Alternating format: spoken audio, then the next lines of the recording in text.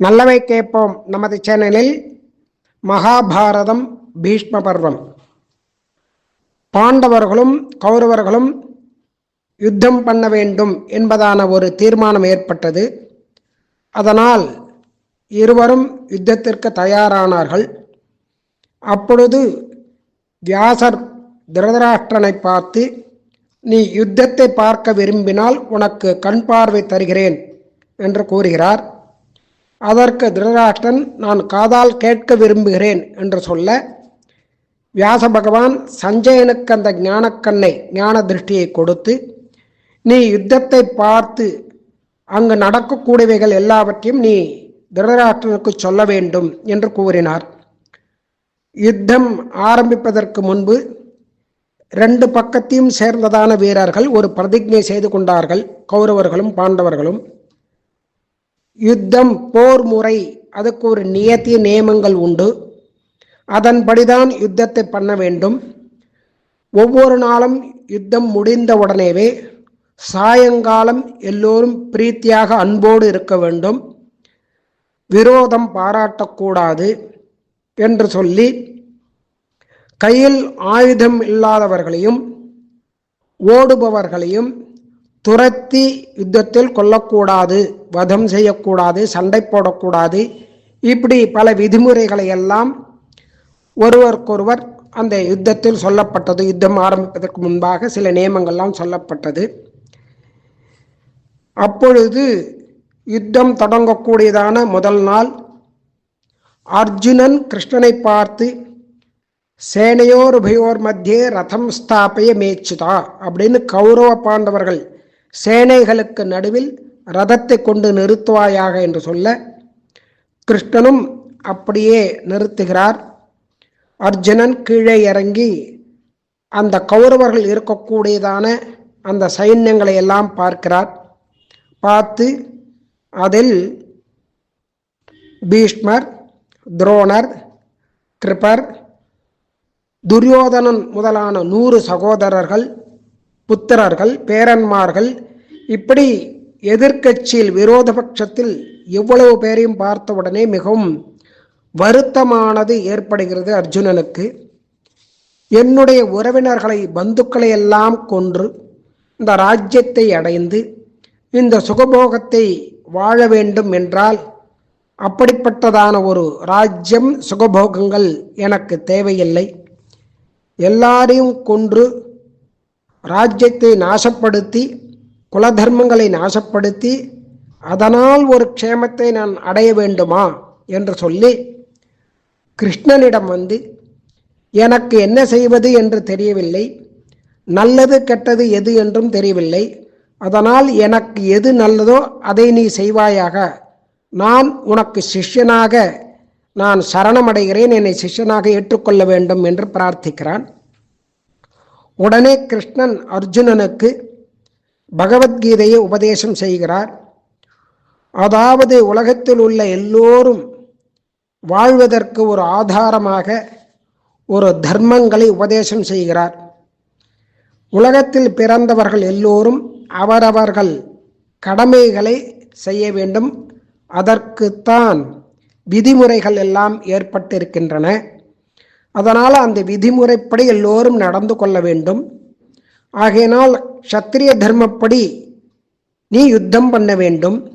சுகம், துக்கம், வாழ்க்கை, மரணம், இது எல்லாமே நிலையில்லை என்று கூறி அந்த அர்ஜுனனுக்கு கிருஷ்ணன் ஞானயோகம், கர்மயோகம், பக்தி யோகம், க்ஷேத்திரஜ்ய விபாக யோகம், தெய்வாசுர சம்பத் விபாக யோகம், குணத்திரய விபாக யோகம், மோட்ச சந்நியாச யோகம், இப்படி பல தர்மங்களை எல்லாம் எடுத்து சொல்லி கடைசியில் சத்திரிய தர்மமான யுத்தம், சண்டை போடுவது என்பதுதான் உன்னுடைய தர்மம், அதை நீ செய்வாயாக அப்படின்னு உபதேசம் பண்றார்.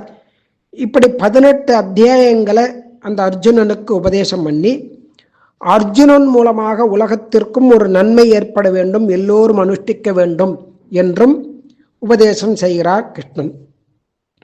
பிறகு அர்ஜுனன் மனம் தெளிந்து தன்னுடைய காண்டீபத்தை கையிலே எடுத்து அந்த சைன்யத்தில் இருக்கக்கூடியதான, எதிரில் இருக்கக்கூடியதான அந்த பீஷ்ம பிதாமகர் முதலான எல்லோரையும் வணங்கினான்.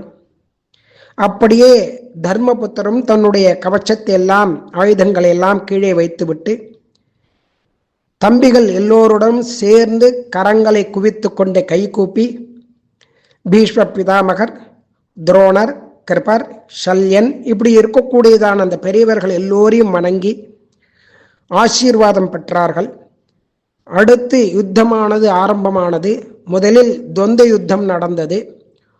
ஒருவரை ஒருவர் தேடிச் சென்று எதிர்த்து சண்டை போடுவது, அதுக்கு துவந்த யுத்தம் என்று பெயர். அடுத்தது சங்குல யுத்தம் அப்படிங்கிறது ஒரு கூட்டமாக சண்டை போடுவது, யார் யாரை தாக்குகிறார்கள் என்று தெரியாமல் அந்த யுத்தம் நடக்கும். இப்படி மகாபாரத யுத்தமானது 18 நாட்கள் நடந்தது. அதில் இந்த பர்வத்தில் பீஷ்ம பர்வத்தில் 10வது நாள் யுத்தமானது மிகவும் கொடூரமாக நடந்தது.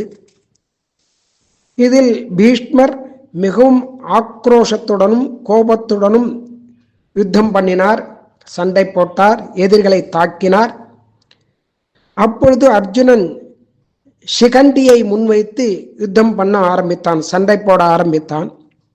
பீஷ்மர் ஒரு பிரதிஜை செய்திருந்தார், சிகண்டியின் முன்பாக யுத்தம் செய்வதில்லை, பஞ்சபாண்டவர்களை கொல்வதில்லை என்பதான இந்த பிரதிஜை செய்திருந்தார். அதனால் சிகண்டியை பார்க்காமல் அவனுடைய பாணத்துக்கு எதிரம்பு அடிக்காமல் அவனை ஒரு நபும்சகன் என்று நினைத்து அவனுடன் யுத்தம் பண்ணவில்லை. அர்ஜுனன் அவரை பாணங்களால் தாக்கினான்.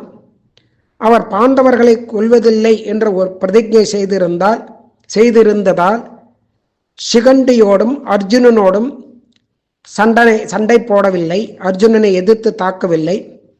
சாதாரணமாக சண்டை போட்டார், யுத்தம் பண்ணினார். உடனே அர்ஜுனன் அம்புகளை பலவாறாக தொடுத்து பிதாமகர் பீஷ்மர் கீழே விழும்படியாக பண்ணினான். அவர் தலை கீழாக தேரிலிருந்து விழுந்தார். அப்பொழுது அவருடைய உடலானது தரையில் பூமியில் விழக்கூடாது என்பதற்காக பல அம்புகளை எய்து அந்த பானங்களால் அவருடைய உடலை தாங்கி நிற்கும்படியாக செய்தான். அடுத்து ஒரு 3 பானங்களை பிரயோகம் பண்ணி அவருடைய தலையானது அதன் மேல் இருக்கும்படியாக செய்தான், தலையை தாங்க வைத்தான். அவருடைய தாகத்துக்கு பர்ஜன்யாஸ்திரத்தை பிரயோகம் செய்து பூமியிலிருந்து ஒரு ஊற்று வழியாக நீர் வரும்படியாக அவருடைய வாயில் விழும்படியாக பண்ணினான். மறுபடியும் துரியோதனிடம் பாண்டவர் இருவரும் சமாதானம் செய்து கொள்ளுங்கள் என்று பீஷ்மர் சொல்ல அதை கேட்கவில்லை. முழு மனதுடன் நீர் சண்டை போடவில்லை என்று பலவாறு குற்றம் சாட்டினான் துரியோதனன் பீஷ்மரை. அர்ஜுனனை எதிர்த்து யுத்தம் பண்ணக்கூடியவர்கள் பீஷ்மர், துரோணர், கர்ணன் ஆகிய 3. அர்ஜுனன் பீஷ்மர் மேல வைத்திருந்ததான ஒரு கௌரவத்தினால் 3ஆம் நாள் யுத்தம், 9ஆம் நாள் யுத்தம், அந்த யுத்தங்களில் அவரை தாக்காமல் இருந்தான். அப்பொழுது கிருஷ்ணனுக்கு கோபம் வந்து இந்த சக்கராயுதத்தை பிரயோகம் செய்ய வேண்டும் என்பதற்காக தேரிலிருந்து இறங்கி அந்த சக்கரத்தை எடுத்து பிரயோகம் செய்ய போனான். அப்பொழுது அவரை தடுத்து அர்ஜுனன் சமாதானப்படுத்தினான். ஆயுதம் ஏந்த மாட்டேன் என்று சபதம் செய்திருந்ததான கிருஷ்ணன் இந்த பிதாமகருக்காக ஆயுதத்தை எடுத்து காண்பித்தான். அடுத்தது பிதாமகர் பீஷ்மர் அம்பு படுக்கையில் படுத்தவுடன் கர்ணன் அவரிடம் ஆசி பெற்று அந்த சேனாதிபதி துரோணரை சேனாதிபதியாக நியமித்து அவர்களுடன் யுத்தம் செய்வதற்கு வந்தான். பிதாமகர் கீழே விழுந்தவுடன் துரோணர் தான் சேனாதிபதியாக நியமிக்கப்பட்டார். 11வது நாளிலிருந்து 15ஆம் நாள் வரை அந்த யுத்தத்தை துரோணர் செய்து மரணத்தை அடைந்தார். துரியோதனன் தர்மரை உயிரோடு பிடித்து வர வேண்டும் என்று சொல்ல அவரை பிடித்தால் யுத்தத்தை நிறுத்தி மறுபடியும் சூதாடி காட்டுக்கு அனுப்பிவிடலாம் என்று ஒரு திட்டத்தை தீட்டி வைத்திருந்தான் துரியோதனன். 12வது நாள் யுத்தத்தில் பகதத்தன் வைஷ்ணவாஸ்திரத்தை அந்த மந்திரத்துடன் பிரயோகம் செய்ய கிருஷ்ணன் பாண்டவர்களை பார்த்து அந்த அஸ்திரத்துக்கு பிரதியஸ்திரம் யாரும் பிரயோகிக்க வேண்டாம் என்று தானே மார்பில் ஏற்றுக்கொண்டார். அந்த பானமானது கிருஷ்ணனுடைய கழுத்தில் மாலையாக விழுந்தது. அதை ஏற்றுக்கொள்ளவில்லை என்றால் அது அர்ஜுனனை வதம் செய்திருக்கும். 13ஆம் நாள் யுத்தத்தில் பயங்கரமான ஒரு யுத்தமானது நடந்தது. தர்மரை பிடிக்க வேண்டும் என்று அர்ஜுனனை துரைத்து கொண்டு வெகு தூரம் சென்று விட்டார்கள். கௌரவர்கள் பத்மவியூகத்தை அமைத்தார்கள். அதை உடைப்பதற்கு அபிமன்யுவுக்குத்தான் தெரியும். அபிமன்யுடன் நீ அதை உடைத்து விடு, பின்பு நாங்கள் வருகிறோம் என்று தர்மர் கூறியிருந்தார். ஆனால் அபிமன்யு உள்ளே சென்று விட்டான், வெளியில் வர முடியவில்லை. அதற்குள் ஜெயத்ரதன், துரோணர், கிருபர், கர்ணன், அஸ்வத்தாமன், கிருதவர்மன் எல்லோருமாக சேர்ந்து அபிமன்யுவை தாக்கி கொன்றார்கள். இதை கண்டு பாண்டவர்கள் சோகத்தில் ஆழ்ந்தார்கள். அர்ஜுனன் மறுநாள் அஸ்தமிக்கும் முன் ஜெயத்ரதனை கொல்வேன் என்று ஒரு பிரதிஜையை செய்தான்.